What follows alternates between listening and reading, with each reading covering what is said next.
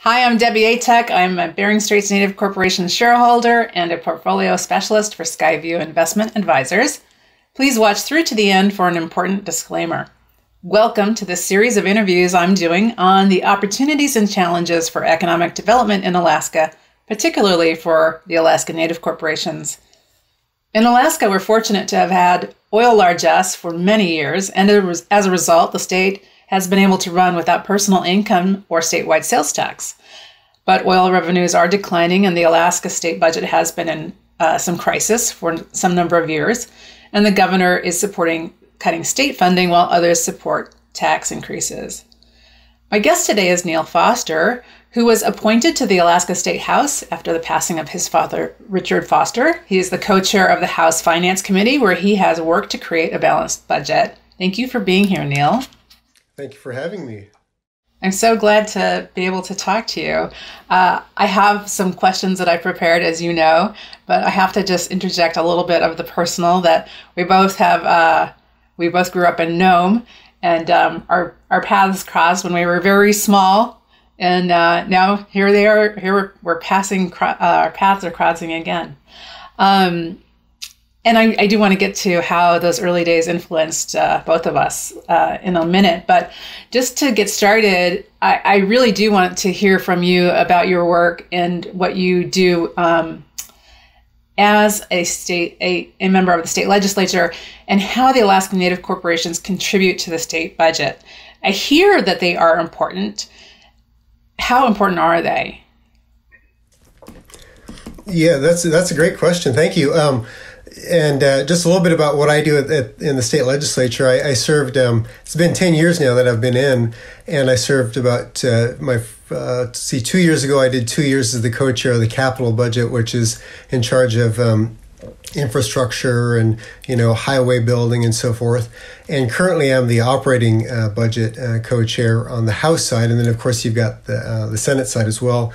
And you started off a little bit about talking about oil, and at one point, oil was 90% of our income, and now it makes up for about 25%, and that's because we've now implemented the POMV, percent of market value, which takes a percentage from our investments, and that raises about $3 billion a year, and oil is projected to be anywhere from 700 million to $1 billion next year. So in terms of your question on how Alaska Native corporations contribute to the state budget and how important they are, I was just reading somewhere recently that Native corporations make up about a quarter of the state's GDP, which is huge. And when you think about, the last I think in 2017, they're providing some 15,000 jobs, and that's just within the state, not including, the businesses that are, outside the state that provide jobs for shareholders. But 15,000 jobs, it was something like almost $1 billion in payroll. So it's a huge economic impact. And these aren't, corporations that are coming from outside of Alaska. These are local corporations where we've got, control, us as shareholders and the Alaska Native community. And in terms of how they, contribute to the state budget, they provide things, for example, like state income tax, state corporate income tax. And then there's other things, too, that are maybe not so obvious. For example, they have subsidiary companies, and a lot of them are involved in construction. They're involved in the oil industry. They buy a lot of fuel, and so therefore they pay a lot in terms of motor fuel taxes. A lot of our shareholders, they might travel to quarterly board meetings. Executives, they travel all the time. Employees, and when they do, they go to a hotel and they pay a bed tax. You've also got, the vehicle rental tax every time, they rent a car. So there's that. You've also got employees who, thousands of jobs the Alaska Native corporations provide.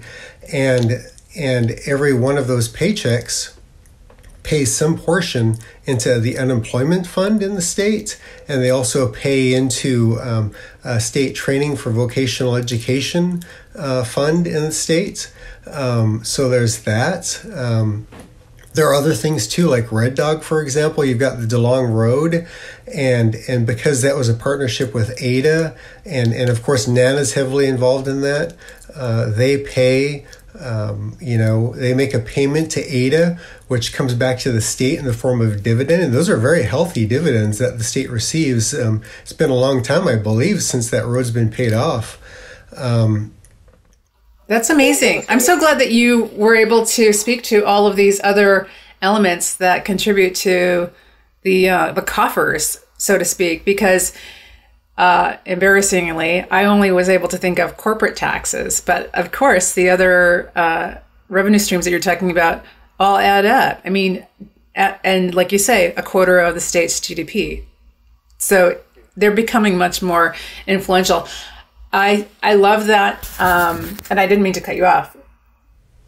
Oh, well, and I was just going to mention one more really quickly, and that is like the state education tax credit program. Bering Straits and Sinnasock, they both contribute to that. And I'm just, making up numbers, but for example, if they contribute $100,000 to the local vocational school here in Nome, they might get a $50,000 tax credit, and then the other $50,000 is a contribution that the state now does not have to make. So it's a tax savings or a expenditure savings for the state, because now you've got private industry helping to fund these programs. So there's a lot of things that these native corporations do to help contribute to the state's bottom line. So I know that I gave you an outline of questions that I thought would be interesting to talk to you about, and I think you'll be fine with us changing the order, because you've led right into one of the topics that is one of my favorite topics right now, and that's the increasing technology divide that we have, and we've always had for our rural communities. People have had to make the decision of whether or not their high school students stay at home and go to high school, or if they didn't have a high school. Like when we were growing up, I don't know if you remember this, but Nome Belts had students coming in from the villages, and my parents were, and maybe your parents did this too, but my parents were, they had students from the villages stay with us because they came from Wales to go to high school at Nome, and that was not unusual for villages that didn't have their own high schools. And then there's the opportunity to go to schools like Mount Edgecombe. And some people that are older than us went outside to Chemawa. Now we have more high schools in the villages, but I think that the ever-increasing reliance on technology for having a quality education is again creating a divide between the people who live in rural communities versus people who live in urban hubs. So you've mentioned one way that communities could conceivably get some contributions from a corporation to help improve their connectivity. But do you have any specific recommendations for how some of the smaller communities, like I just picked Revig, Mission, and Golovin as just two villages in our region that, like if they want to improve their last mile, like how do they coordinate the federal and state funding to finance that infrastructure? Because it's so expensive. I mean, they can't afford it on their own, right? What kind of advice do you have for them? Or what can they do? Yeah, and absolutely, just as simple as picking up the phone, giving us a call, writing us letters, preferably when there's an issue in a village that they would like to see addressed. If we can see some community support through a resolution, okay, and that can be through the local government there, the city. It can be through the tribe. It can be through the Native Corporation, and so this issue of the digital divide, it's a huge issue right now, and it's one that I think we're all on. I think going back to your question of how local folks can can try to promote that. I think, keeping the pressure on both the state and the federal government by, keeping in close contact, being engaged, I think ensures that, there's so many issues that are out there, but ensuring that this is one that's a priority. And I think a lot of people realize that it is a priority. And I guess, while we're on that topic, one thing that I want to mention is a bill that I just carried on the House side, a Senate bill that ended up passing both chambers. It was a broadband bill, and also it was signed into law by the governor, I believe this March maybe. And and it's a school broadband bill. And so what it did is it increased the minimum speeds in our schools by 150%. It increased them from 10 megabits per second to 25. Oh, great. So, and that's huge, because trying to get anything done in the legislature is often difficult with, 60 legislators and administration with the governor, and everyone's got to, be in agreement. And this is actually a bill that's been trying to make its way through the legislature for years. What kind of really spurred it on this year was, seeing the pandemic coming and realizing that there was going to be a need for students to, maybe have to work from home more. Well, congratulations for getting that through. And thank you. Yeah. Thank you. I mean, that's so important. And it's unfortunate that it took this pandemic to really give it that last impetus, last boost, but whatever it takes. So thank you for doing that. Exactly. Yeah. No, it was absolutely a group effort. And I want to commend the sponsor on the Senate side was Senator Lyman Hoffman out of Bethel. So having two rural legislators, spearhead this bill, it was very apropos. So that's tremendous, Neal. I think about what we learned, how we learned in Nome, and, the technology that we had. And it's just like, oh my gosh, we're like frontier days compared to what kids are learning now. And they have the opportunity with increased broadband speeds to participate in coding and other ways that they can stay on par with their peers in urban hubs. I remember when we were kids, I used to spend a lot of time over at my grandma's next door, and remember her rotary phone. I remember when there was, it wasn't 7 digits that you would call locally; it was just 4 instead of 443. Yeah, and she had a encyclopedia set there, and if I couldn't find what I was looking for there, you'd go to the library. But now, boy, any question you've got, you just get on your phone. But that goes back to the digital divide that you're talking about with the villages, because it's slow here in Nome. It's amazing the difference between what my brother gets in Anchorage versus here, and the cost is just so enormous. And so you go to a village, and a lot of while the school may have the internet, a lot of households either don't have it, or they're paying a big chunk of their household income to get that internet. And so the question is, as we go into this pandemic, as this pandemic is here and we're already into a school year, how are we going to make it easier for kids to be able to learn, on top of the fact that we still need to be able to allow people to be able to work remotely and not have the digital divide become so great that, folks in the villages can't, get a job online, whether it be data processing or customer service or coding or any number of things. On top of telehealth, you've got that as well. Telehealth. I mean, I don't know if they still call it that, but I remember a few years ago, I was in DC and I was talking to someone from Indian Health Services about SAMHSA and like, why can't we do more with the internet for mental health? So there's like the career stuff, there's the education stuff, there's the mental health, I think, resources that we definitely need. Like, we can't afford to bring people out to the each and every village to provide full-time services in the case of like mental health. But now we can, everybody's in shutdown. So a lot of people are doing their, I live in New York. And so a lot of my friends are in therapy, not to name names, but this is a thing that people are doing across the country, is they're using the internet or their phones. You can still do telehealth that way. But yeah, this whole idea about the last mile and how important it is to the communities, it's becoming more pressing, in my opinion. So I'm glad that we talked about that. I want to make sure that we talk about some of the other topics that are, I think, key for you, particularly right now, since you're in an election cycle. I want to make sure that we talk about some of the things that come up every election cycle, and that is the tension between traditional lifestyle, subsistence hunting, and economic development. Can we be pro-development and still protect our food sources for subsistence hunters? And when I say subsistence hunters, I'm absolutely inclusive of everyone who hunts to provide food for their family, whether they're Alaska Native or not. I recognize that we have hunters in the state that are non-native. Right. Yeah. No, absolutely. And the answer, at least in my opinion, to that is yes and yes. Yes, we can be pro-development, and yes, we can protect our subsistence, lifestyles. And I guess to look at some examples, you look at Red Dog, for example. When that first came online, I think there was a lot of, concern about how it could affect, fishing and hunting in the area.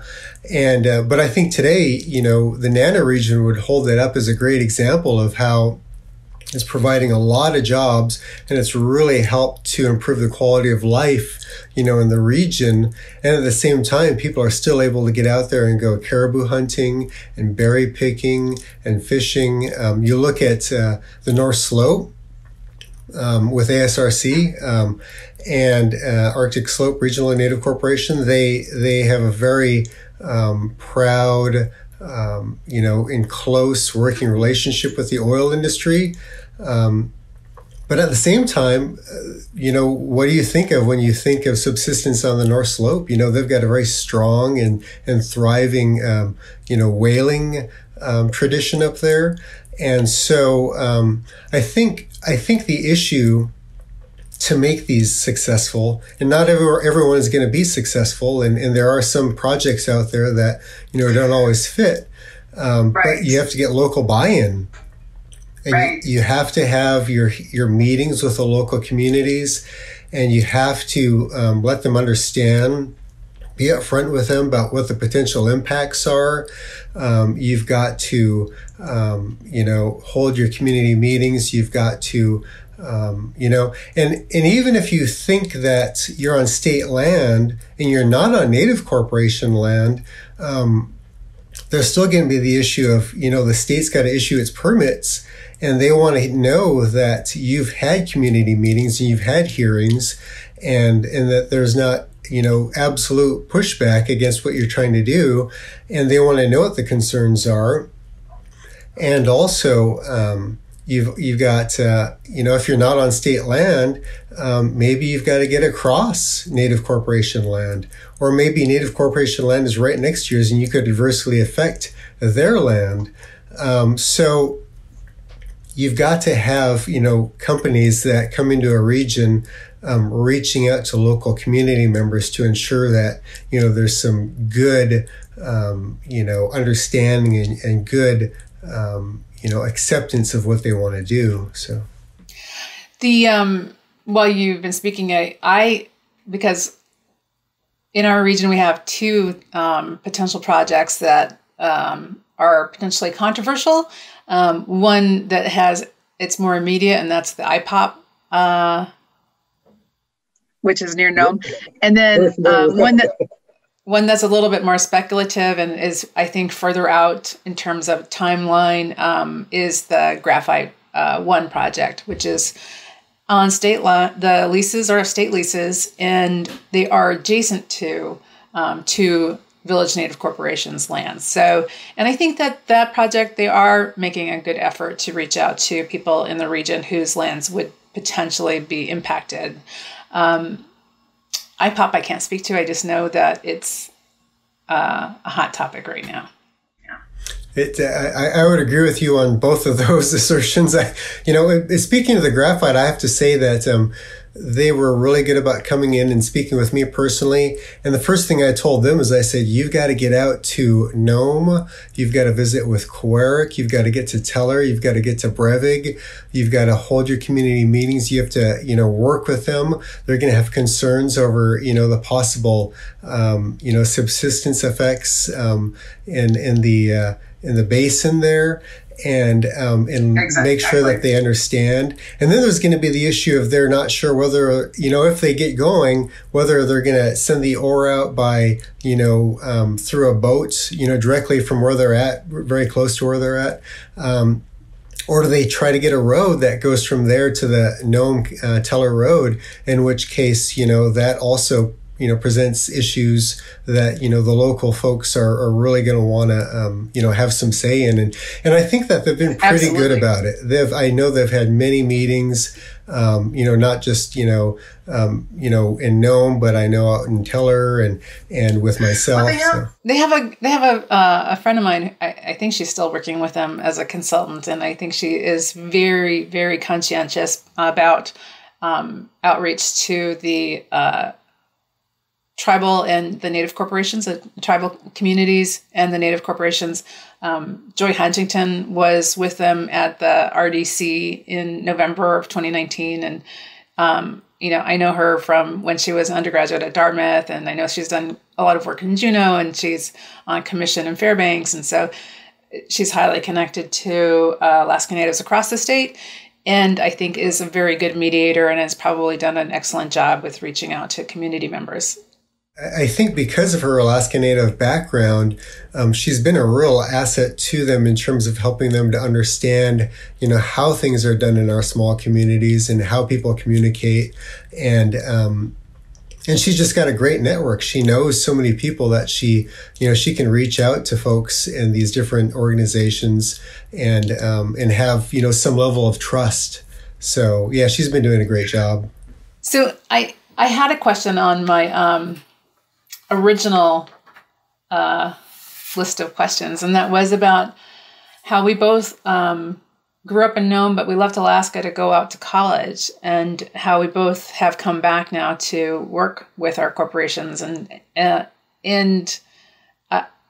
had a really good discussion with Anna Hoffman about this, and she said that this should be a positive, that kids, well, we're not kids, but that people should have the opportunity and take the opportunity to go outside if they have it, and to pursue an education, and to come back, and to always feel like they are a part of their own community. I'm assuming you didn't really have to deal with that as much as I have, because I was gone a lot longer. But that's something that's important to me, is that people don't feel like they have to stay here if they want to be involved with the Native corporations. Right. And I guess I really quickly want to give a shout out. You mentioned Anna Hoffman, and her and I both went to Stanford together at the same time. Oh, you're kidding. And I didn't know her prior to that. At least I don't think I did. But yeah, we got to know each other there at Stanford. And so that was great. And it was always, one of those issues of, you enjoy the California sun during the Alaskan winters, but boy, I was homesick a lot, and I always wanted to come back and see my friends and have that connection, with folks back home, family and friends. And one of the nice things about the Native corporations is, you talk about, sometimes folks leave. And some folks come back, and some folks find opportunities elsewhere. For me, it was easy, because here in Nome with Sitnasoc, that was one of the first places I looked for a job, and I got a job there, and I ended up, spending 10 years at Sitnasoc and working on there, and then was also on the board for some number of years, but being able to have a job when I came back made it so much easier to come back.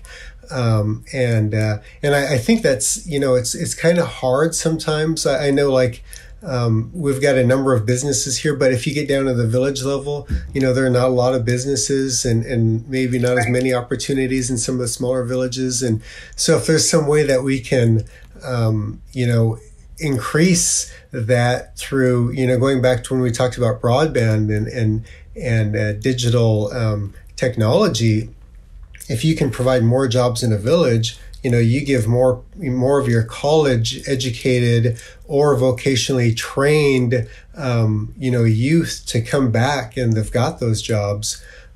So it's a tricky one though. it is a little bit tricky, but I do think that we are starting to make some headway in finding ways to have people come back and to stay connected and to get over maybe some of the hurdles of coming back. I mean, it hasn't been super easy for me because I haven't moved back full time, although I'm working on it. But I have found a way to get involved, and I'm really happy to have been involved by serving on the board with you when you were still on the Bering Straits board. And that brings me to my last question, which is, both of our fathers were early leaders in our region with our Alaska Native corporations. Your dad stayed involved a lot longer than mine did. And I interviewed my dad for this series of interviews because of his participation at the ANCs. There's no doubt in my mind that is my dad's involvement, his employment, his, being on the boards, his travel, that informed my interest in the Native corporations. And I always felt like that's where I would end up. Is that similar to your experience? How was your dad's involvement influential on your becoming involved with the Native corporations? Yeah, no, and I would agree, and I'll expound on that. But, one thing I did want to say is I found my dad's yearbook, and I found a picture of my dad and your dad when they both attended Nome High School, which was before, I believe, Nome Belts, before that came online, 3 miles, 4 miles out of town. And I showed one of my friends on Zoom, I was trying to show him the picture, and they said it was kind of hard to see, so I won't put it right up to the camera. But it was just really neat to see a picture of your dad back then. He's a junior in this yearbook here, and he's a class of 63, whereas my dad was a class of 64. But of course, back then there's much smaller classes, and everybody knew each other really well. So I guess your question is how was, my dad's involvement with the Native Corporation, how did that kind of inform my perception and my understanding of the Native corporations? And I remember playing outside the Sitnasock building back when the office was in a different place, and waiting out there, for hours, just kind of like biking around and hanging out, and I remember going into that building and taking colored pencils. Oh, really? Was that the long, narrow building? Yep. Yes. Yep. On the way to the airport. Yep. Same one. Yeah. And I remember going in and meeting board members and meeting staff, and having some understanding of what the businesses were. So it wasn't this totally foreign thing to me. And it was very natural once I graduated from college to want to be a part of that. And so the other part of that too is with him being involved and me being, very young at the time, I had not a good understanding, but some understanding that, sometimes the businesses were struggling back in the early days of the Native corporations, and, finding cash just to pay for payroll, was a difficult thing back then. And to see how things have changed from then to now, where we've got, these corporations, these subsidiaries that are in other countries, we're global, and we've got hundreds of millions of dollars in revenue in some situations. That's been really good to see how it's been successful, because as these Native corporations have become profitable, they've been able to pay bigger and bigger dividends, but they're providing, a lot of jobs. They're helping with things like, funeral and burial support and travel for family emergencies. Scholarships, internships. Bering Straits has been great in the last few years about really ramping up on the internships, which is, going to provide a doorway for them to go straight into working for the Native Corporation once they're finished with school. And we're trying to grow our own, and that's a great way to do that. I couldn't agree more. I look forward to the ability for some of our interns to be able to go outside of Alaska and to participate in some of the business lines outside of Alaska, to some of the areas where we have business lines that are really growing and getting settled. It's something that I learned. I had an interview with Kevin Short, and he was working with Chalista's shareholder development program, and he was telling me about how they send interns out to their business lines outside of Alaska, out to Alabama, and they can ultimately get jobs when they graduate in the business lines, not necessarily just at the corporate office at the headquarters here in Alaska, which I think we need to see more of that. Right. I think when you did the interview with him, he was like almost an entire day away. He was so many time zones away. It was so crazy. It was like Wednesday here. I forget what time of day it was for me. And it was like his Thursday at dinner time. It was like Wednesday noon here. It was so far away. It was really hard for me to like completely understand because we're so close to the dateline too, right? So right, so exactly. Like all the way around instead of going this way. Right, exactly. Yep. He was, yeah. That was a really interesting conversation too, to hear about the different ways that corporations approach their shareholder development and our descendants. I often say shareholder, but I think we need to start modifying our language to make sure that we always include descendants because they're the future, right? Absolutely. Yeah. And I tell, a lot of descendants that are out there, I tell them, you're treated just as much as our shareholders and apply for these scholarships and apply for these internships and we're trying to figure out ways, some corporations have figured out the whole stock thing and some others are working on it, but they're all part of the family. So. Right. And I think that it is taking a little bit longer than I expected. I remember in 1991 coming around and knowing that meant that the corporations would have the opportunity to issue new shares. And I'm sort of surprised that more corporations have not addressed that, but I feel like it's something that will need to be addressed. We can continue this way with gifting, the way that our corporations are operating, but yeah, I think that's going to be a topic for a future discussion. And I know we've talked longer than I said that we would, but I really enjoyed talking to you as a fellow shareholder in both of our corporations, and just being able to see that where we came from, that we were both little kids running around that old office, and look at us now. I was looking at the time thinking, I was wishing, I wish we had a little more time. So it's been really enjoyable for myself as well. Thank you. Well, thank you. And, certainly this series, I'll just end with this, was supposed to be, November was going to be the year that I was, what I was trying to do with all of this was to create a regional economic summit for the Nome region to talk about some of the big projects that are coming up, like the expansion of the Nome port, like Graphite One, so that some of the smaller village corporations in the region could come and hear some people who have experience in development to begin to think about how they might participate. And COVID made that impossible, but having some one-on-one discussions has been really interesting, and I'm hoping that we'll still have an in-person summit, and I hope that you would be able to attend. Or at a socially distant gathering in Nome, since I will be up there very shortly. Oh, good. Yeah. Well, hopefully we'll figure it out. And good luck in your campaign. All right. Appreciate it. Have a good one. Thank you. Bye-bye.